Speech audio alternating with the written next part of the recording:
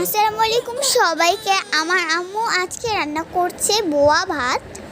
প্রথমে দিয়ে দিল তেল, তারপর শুকনো মরিচ, তারপর দিল তেজপাতা, তারপর দিল পেঁয়াজ, তারপর দিয়ে দিল কাঁচা মরিচ, তারপর দিয়ে দিল লবণ,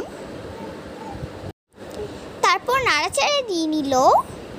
অন্যদিকে আমার আম্মু ভর্তা বানাচ্ছে। এবার আলু দিয়ে নিল। এবার দিয়ে দিল চাল, মসুরি ডাল ও মুগ ডাল। তারপর নাড়াচাড়া দিল।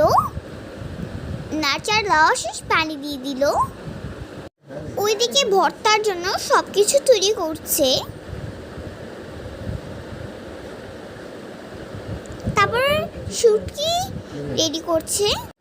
পাটায় ভর্তাগুলো বেটে নিচ্ছে। এদিকে ভর্তা বানাচ্ছে, ওইদিকে বোয়া হয়ে গেছে। তারপর দিয়ে দিল পেঁয়াজ। তারপর আমাদের রেডি হয়ে গেল ভর্তা এবং বোয়া ভাতের ফাইনাল লুক। আল্লাহ হাফেজ।